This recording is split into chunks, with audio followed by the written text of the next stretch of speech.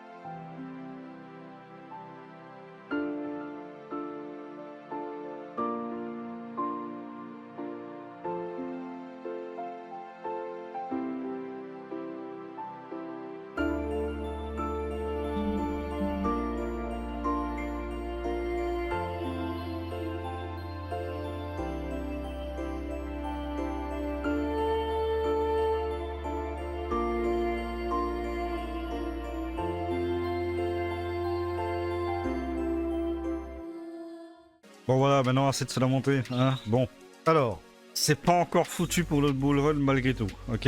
Donc oui, je vais quand même essayer de rester positif et j'ai quand même 2-3 éléments qui me permettent de penser que c'est pas encore terminé, d'accord? C'est pas tout à fait terminé, il reste encore un espoir.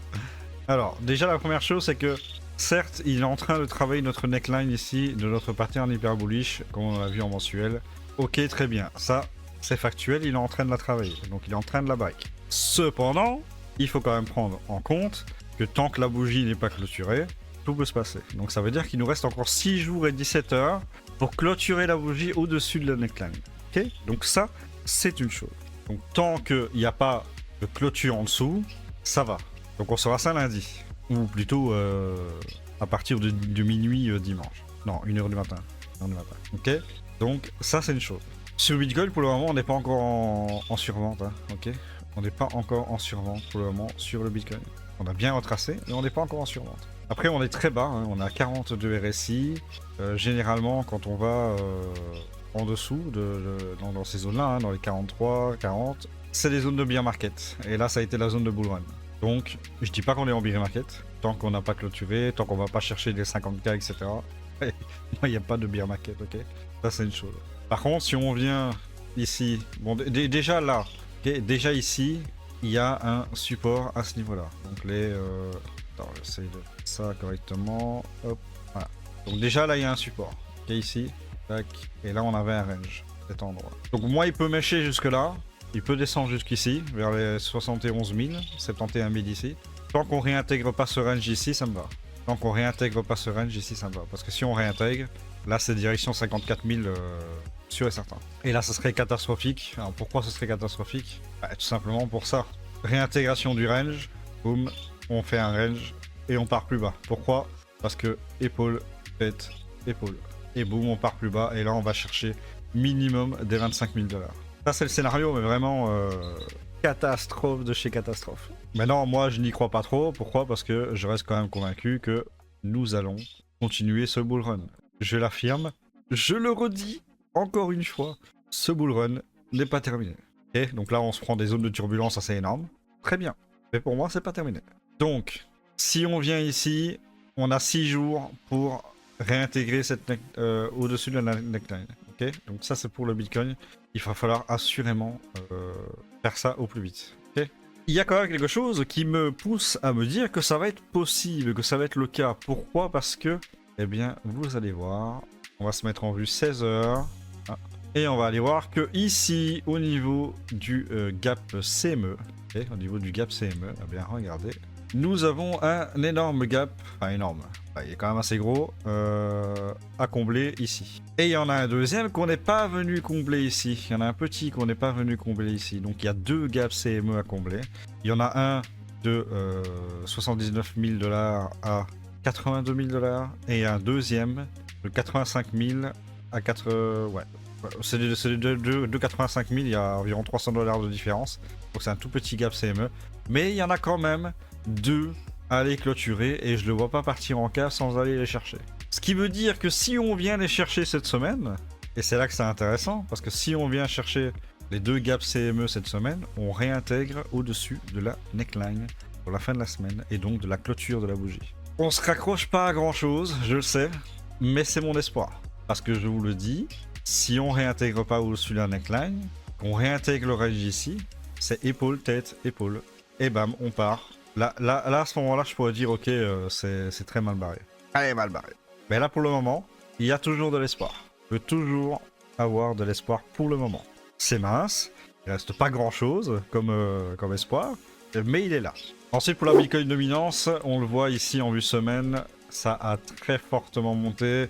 Bon, vu comment c'est maintenant, bon, là clairement, on est toujours en surachat, dans des zones de surachat, donc ici, il va probablement péter cette mèche-là.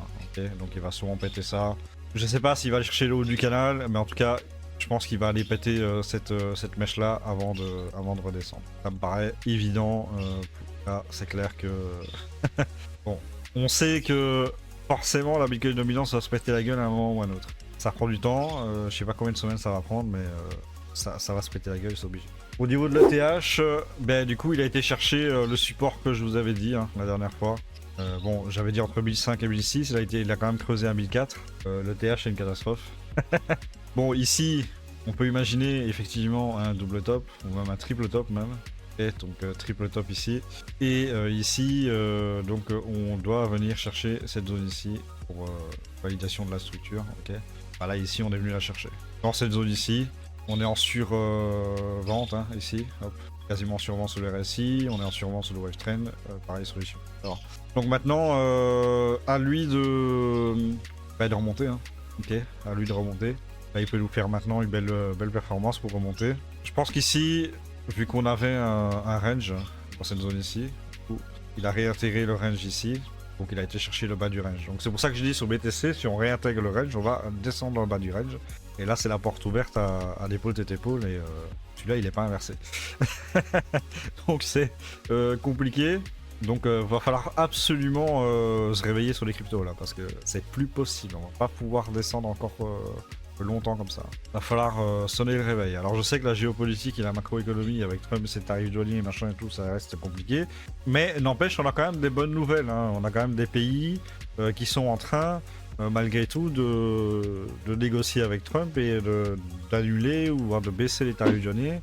Donc c'est quand même en train d'avoir quelque chose de positif. En plus, niveau macro, on va avoir le PMI américain pour le 10 avril. Et on sait qu'on va avoir de bonnes statistiques, ok? Et l'inflation continue de baisser. Le chômage il augmente, l'inflation elle baisse. C'est comme ça que ça marche. Et donc au final ça reste quand même assez positif sur le long terme. À court terme évidemment le marché panique machin.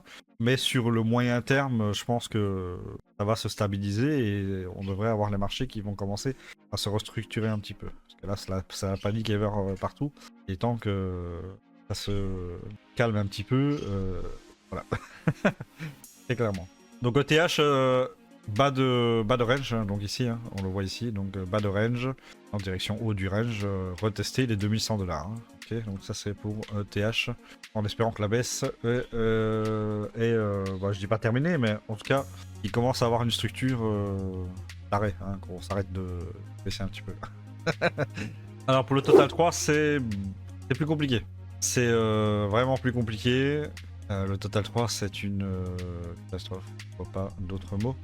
Pourquoi? Parce que ici, ben, là si on prend ça comme range, ici, hop, tac, voilà, si on prend ça comme range ici, donc là on est en train de break le bas du canal, si on ne fait pas demi-tour assez rapidement, c'est la porte ouverte à aller retourner à 540 milliards de dollars, et là ce serait la même chose, donc épaule, tête, épaule.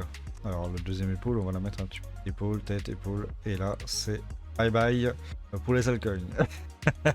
Donc il va falloir très vite se reprendre. Surtout ne pas briser ce canal ascendant. Si on part en canal descendant ici, là c'est la merde, clairement. Donc il va falloir très vite se reprendre. Que là, ça commence à devenir très compliqué de maintenir un narratif ultra bullish. Dans ces conditions-là, il va falloir que ça se retourne rapidement. Il va falloir vraiment que ça se réveille et que les longues là commencent à venir en basse. Hein, parce que si on continue comme ça va pas être simple. Pour le Fairy Index, nous sommes à 23. Donc on a perdu 11 points par rapport à hier. Et nous sommes en extrême fear évidemment, donc par extrême, c'est tout à fait logique avec ce qui se passe avec la bourse, hein, etc. Donc ça reste très compliqué. Néanmoins, on le sait, c'est toujours dans l'extrême peur que c'est là où c'est intéressant d'acheter. Alors je sais que la plupart d'entre vous n'ont plus de thunes, hein, clairement, sous l'eau depuis un bon moment. Moi c'est pareil, hein. Moi c'est pareil, j'ai pris très cher. Donc on va essayer de faire avec. Très compliqué, même plus que compliqué, c'est... voilà, j'ai pas de mots en fait. Alors pour l'order book, eh bien, donc là on a vraiment creusé très fort, hein, comme on peut le voir ici. Hop, creusé, bam bam bam bam bam. On a pris tous les ordres d'achat qui étaient sur le passage. Ici on a mis 942 BTC, on les a enlevés, donc le marché sait plus trop quoi faire. Je vais réduire le bruit pour voir un petit peu plus clair. Hop, hein. Là le marché sait plus trop où il en est. Là on a mis des achats, ici 74 000 des achats, 73 500 là. Là on a essayé de mettre des ordres limites d'achat, mais au final on les retire, puis on les replace ici, plus bas, 38 500, là on enlève, on retire, c'est un peu le bordel, hein. C'est plus trop bouillon. Et de l'autre côté, il n'y a plus rien, hein. Par 120 BTC à 80 200, et ici, là par contre. Partie de 85 000 et bizarrement c'est là où il y a la fin du gap CME, des deux gaps CME. Là c'est la hausse, donc quand on viendra clôturer les deux gaps CME et qu'on viendra dans cette zone ici vers les 85 900, même les 85 500, je pense que là il faudra arrêter les longues. On peut très vite se retourner, là on a quand même des 309 BTC, 400 BTC, 352, 382, 467, là ça charge, hein. Ça charge de ouf à la vente. Donc ouais c'est très compliqué, je ne sais pas où on va. Il va falloir se réveiller très vite. Alors pour la macroéconomie, aujourd'hui on a 11h les ventes de détail, puis la production industrielle et la balance commerciale pour l'Allemagne. Pour demain on a la balance des paiements et la balance commerciale pour la France à 8h45. Pour mercredi on a les stocks de pétrole, les stocks des grossistes à 16h, 6h30. Jeudi, c'est là que ça va être la journée la plus importante, puisqu'on va avoir les inscriptions aux allocations de chômage à 14h30, et surtout l'indice des prix. Donc ça, on sait qu'on va avoir une bonne statistique, donc on devrait bumper, logiquement. Si les dégâts que Trump a fait avec les tarifs de nuit se calment un petit peu. En pire, ça va être chiant. Et enfin, vendredi, on va avoir la confiance des consommateurs du Michigan, le prix de la production à 14h30 et 16h pour les États-Unis. On va avoir la production industrielle et la balance commerciale pour l'Angleterre et l'indice des prix espagnol et allemand pour vendredi. Voilà. Pour la call season, nous sommes à 16. Continue de baisser. Et là, on commence à atteindre des sommets. Hein. On va mettre 7% pour le BTC au niveau du top 50 performance. Oui, il y a toujours l'OM, hein, GT et FTN. Voilà, ils sont plus que 3 à surperformer le BTC. Ils sont plus que 3. Le trio gagnant.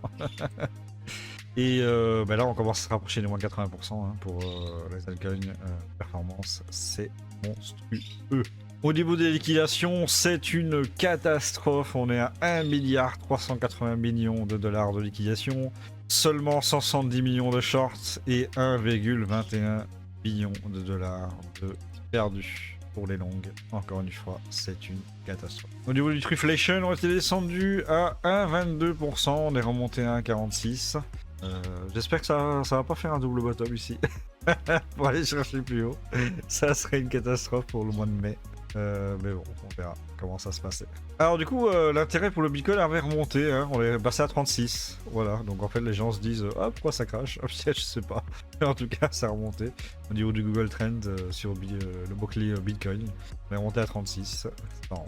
On va faire rapidement un petit tour des altcoins. Alors pour le Doge, pour commencer, le Doge là il est parti, hein, je pense qu'il va retourner chercher les 9-10 centimes, hein, très clairement, c'est clair. Donc ici, il est, je dis pas au milieu de nulle part, mais voilà, vraiment le gros support, il est entre 11 centimes et 9,4 centimes. Ça, il faudra vraiment faire attention à ce niveau-là, je pense qu'il ira le chercher. Donc on peut le voir sur SNX, ça part en cave, hein, tout simplement, il n'y a pas d'autre mot. Ça part en cave, plus bas historique, très clairement, sur un trend baissier, donc il n'y a rien à faire sur SNX pour le moment. Même pas sur le RSI, et sur le Wave Trend il y a encore de la place, donc ça peut fortement baisser. Après si on veut jouer le bas du canal, Même s'il est assez resserré, si on veut jouer le bas du canal, on peut aller chercher les 44 centimes. Ça peut être un bon point d'achat. À voir. Alors, Avax, c'est la même chose. Hein. Ici, on peut imaginer un double top. Bah, du coup, la target du double top, c'est ici. Hein. Ok, donc c'est un retour vers 8$. En fait, on va réatteindre les niveaux qu'on était avant de partir en bullrun, clairement. Donc Avax, ça va revenir, je pense, à les 8$. Là, on est vraiment sur un trend baissier assez violent. Hein. Là, on le voit en vue semaine. Très resserré le canal. Très resserré. C'est assez violent. Alors Sats, je sais pas où il va, mais il y va. Là, c'est vraiment... Je pense que Sats, c'est un énorme coup d'achat ici. Sats, actuellement, c'est un énorme coup d'achat. On le voit, il est en dessous du canal, descendant. Et on voit que là, regardez, là, il y a un coup à jouer, je pense, au Sats, ici. Moi, personnellement, je vais peut-être en prendre. Je vais en prendre, tout simplement, parce que généralement, quand on atteint des bas de canal comme ça risque de remonter par la suite en rebond, chercher le haut du canal. Donc, il y a un trade à faire ici sur Sats. KSM, ça a complètement craqué, le support, donc ça va en cave, on sait pas où ça va. Pour l'instant, il n'y a pas de support pour le moment, hein, donc pour le moment, on attend. Alors pour STX, il commence à être sur un cours d'achat très intéressant. Pourquoi? Parce que ici, regardez, on a un support très intéressant dans cette zone-là. Ah, voilà. Donc dans cette zone-là, ici, on a un support très intéressant. C'est là qu'il va falloir rebondir pour STX. Donc STX, 45 centimes à 50 centimes, c'est très bon. Après, on peut descendre jusqu'à 40 centimes, hein, donc faites attention. Mais je pense qu'ici, c'est une très bonne zone d'achat au niveau des 45. Entre 40 et 50 centimes, c'est une très bonne zone d'achat pour STX. CKB, on a complètement craqué, c'est une catastrophe. On a complètement craqué. Et là, je pense qu'on va rechercher des niveaux assez bas. Hein. On pourrait potentiellement se retourner ici, d'accord, pour aller retester cette résistance-là. Vers les 5000. Et ici, 3000, donc de 2800 à 3300, CKB est une très bonne zone d'achat. Pouvoir ensuite retester la résistance par après. En plus, on est en survente, on a un shop qui est déchargé. Donc, très bon coup d'achat pour CKB. Hondo, c'est la même chose, ça craque complètement. Donc là, on est reparti pour retester cette zone ici. Hein, d'accord, donc là, il n'y a pas de doute. On part chercher 58 centimes pour Hondo, c'est clair. Mais si on va aller chercher 58 centimes, c'est un très bon coup d'achat. XRD, c'est complètement parti à la cave. On sait pas où ça va. Donc, pour le moment, c'est pas un bon coup d'achat pour l'instant. En plus, on est quasiment sur le haut du canal, donc ça peut fortement baisser. Pour XRD. Alors, pour Sol, c'est un peu mal barré. Hein. Pourquoi? Parce que ici, hein, on regarde ici, on a des ordres de blocs de vente ici qui s'accumulent. Et le prochain support, alors il y a un petit support ici à 89$. Sinon, c'est direction 39$. Catastrophe. Blour pareil, ça part en cave. Ayos, ça part en cave, on sait pas où ça va. Crow est plutôt intéressant, pourquoi? Parce que c'est un token qui se maintient plutôt bien, hein. Donc il résiste plutôt bien, il est sur un support actuellement. Crow, intéressant dans cette zone ici, vraiment, ça tient pour le moment. Donc un achat vers 7200 me paraît tout à fait intéressant. Et si jamais ça devait craquer, le prochain support est à 5000. Donc prévoyez une deuxième cartouche à 5000 au cas où. RSR, ça tient relativement bien aussi. Hein. On va toucher le bas du canal ici, on a bumpé, on a quasiment touché le haut du canal, ça redescend. Mais globalement, c'est pas mal. Maintenant, attention, ici, on est sur un support. Si ça tient pas, on ira chercher les prochains à 4200 et à 3600. Jasmine, ça part. Hein. Ok, ça part en cave.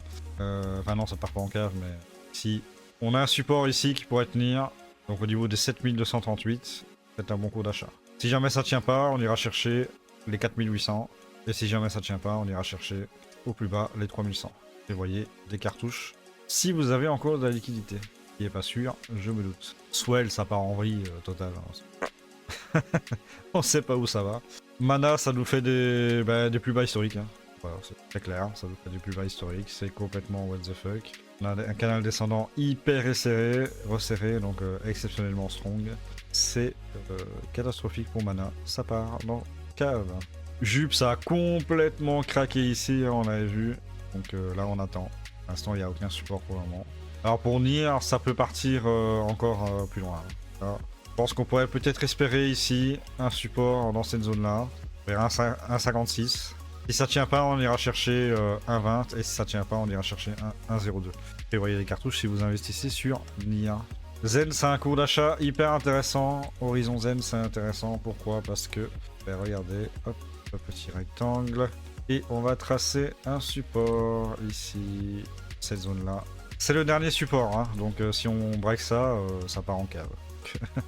Mais là, ça devient intéressant. Pourquoi? Parce que là, on est vraiment sur un support qui tient depuis très longtemps, qui tient depuis juin 2023, d'accord?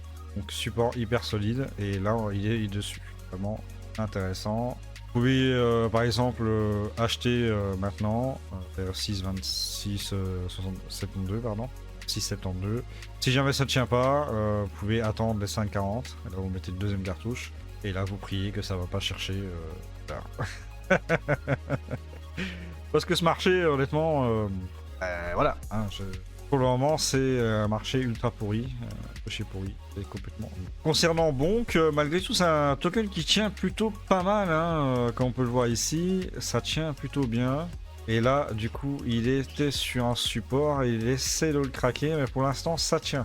Donc, malgré tout, Bonk, voilà, ça tient pas mal. Par contre, si ça tient pas, que ça crasse ce support-là, bah, je vous le dis, hein, regardez ici, il n'y a rien sur le chemin. Il n'y a rien. Il y a les 2012 ici. Donc, on pourrait directement aller chercher assez rapidement moins 77% dessus. Et si on va chercher les supports ici, à 467, on va juste se prendre à moins 94% ce Bonk. Donc si ça tient pas ici, c'est mal barré. Très risqué Bonk. KDA, ça break son support et son range. Voilà. Et boum. Ça la break. Pas de grand chose, mais ça la break. Ah, quoique. Ça a pas break le support, mais c'est en train de le break. Mais il reste 6 jours et 16 heures pour repartir dessus. Sinon, ben, ça part en cave. Virtual, quasiment sur son plus bas historique. Très compliqué. Voilà, j'ai pas grand chose d'autre à dire. Merci d'avoir regardé cette vidéo. C'est très compliqué. On commence à avoir des signes évidents de bear market, hein, c'est clair et net. Cependant, il reste quand même un petit espoir, comme je l'ai dit en début de vidéo. Il y a les gaps CME à aller rechercher. Si on va les rechercher avant la fin de la semaine, on peut réintégrer au-dessus de la neckline de notre pattern hyper bullish. Et là, l'espoir est toujours permis. Pour les alcools, c'est plus compliqué, évidemment, mais voilà. Il faut attendre que la Bitcoin dominance baisse et que faire avoir un transfert de liquidité de BTC aux alts. Et pour ça, bah, il faut absolument que le BTC puisse partir chercher rapidement des plus hauts. Voilà, donc moi je vous remercie d'avoir regardé. N'hésitez pas à liker, commenter, partager cette vidéo, rejoindre mon canal Telegram et bon courage à tous. Voilà, ciao.